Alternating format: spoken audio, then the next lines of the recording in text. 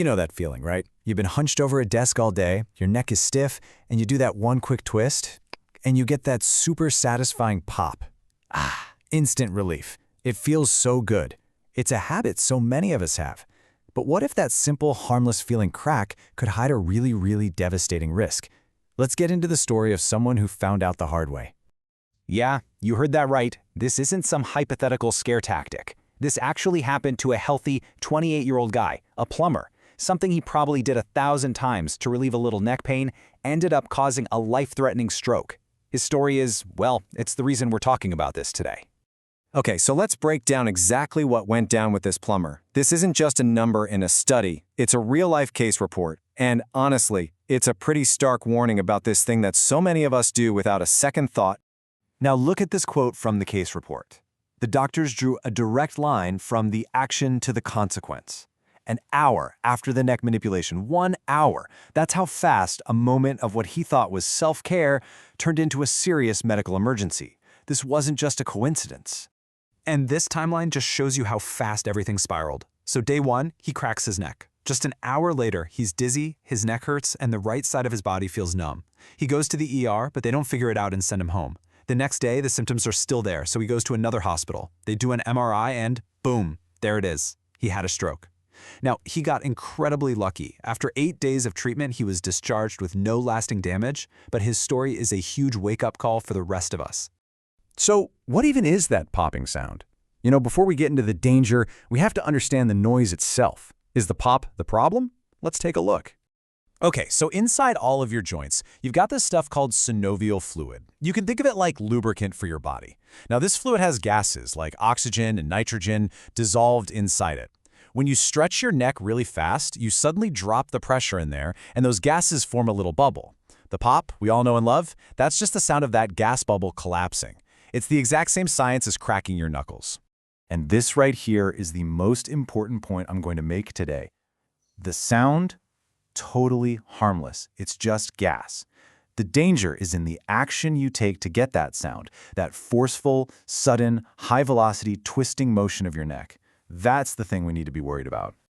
All right, let's connect the dots. How do we get from a forceful twist to something as terrifying as a stroke? It's a chain reaction, and it all starts with the incredibly important arteries that are running up and down your neck.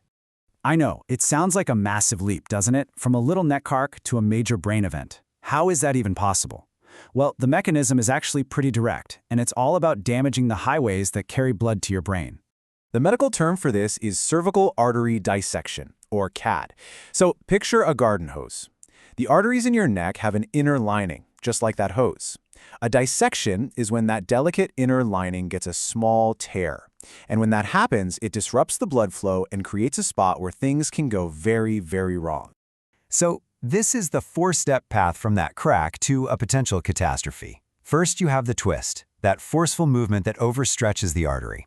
Second, that stretch causes a tiny tear in the inner wall. Third, your body tries to heal itself, right? So blood starts to pool around the tear and it forms a clot to plug the hole. And fourth, this is the dangerous part. That clot can either get so big it blocks the artery right there, or a piece can break off, travel up to the brain, get stuck in a smaller vessel, and cut off the blood supply. And that is a stroke. And here it is. This is the proof. This is the actual MRI scan from that 28-year-old plumber. That bright white area, that is the stroke. It's an acute infarction in his cerebellum, which is the part of your brain that handles things like balance and coordination. This isn't a diagram, it's the real-world consequence. The connection is undeniable. Now listen to this, because this is why it's so important, especially for a younger audience.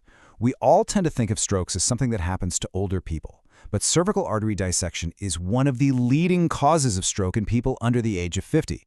This is not some 1 in a million freak accident. It is a known and significant risk. Okay, so we understand the risk. Now, what do you actually need to watch out for? Knowing these warning signs is absolutely critical. Recognizing the symptoms immediately could literally save your life or prevent a permanent disability. If you ever crack your neck or even just turn it funny and you experience any of these things, you need to get help immediately. We're talking a severe headache, what they call a thunderclap headache, dizziness, vision problems, weakness or numbness on one side of your body, or trouble speaking. Do not wait. Don't brush it off. These are classic stroke symptoms. So, if we're saying that forceful cracking is off the table, what are you supposed to do when your neck is stiff and sore? The great news is there are much, much safer and frankly more effective ways to get relief without taking this kind of risk. Instead of that sudden, violent movement, try some gentle stretches. Slowly tuck your chin to your chest, or gently tilt your head from side to side. Think about your posture, especially if you work at a computer. Use a heat pack or an ice pack. And hey, if the pain just won't go away, go see a professional. A physical therapist can figure out the root cause of your pain and help you fix it safely. All right, so let's boil it all down. We've looked at the science, we've looked at the case study. What is the final verdict here? What's the one thing you need to walk away with? I think this quote from the doctors who actually treated the plumber says it all. They believe the risk of stroke goes up when neck manipulation is done by non-professionals. And you know who that includes? You, cracking your own neck in your living room. And that really just leaves us with one final question. Knowing that this rare but absolutely catastrophic outcome is on the table, is that split second of relief you get from a neck pop really worth the gamble? That's something to think about the next time you feel that urge to twist and pop.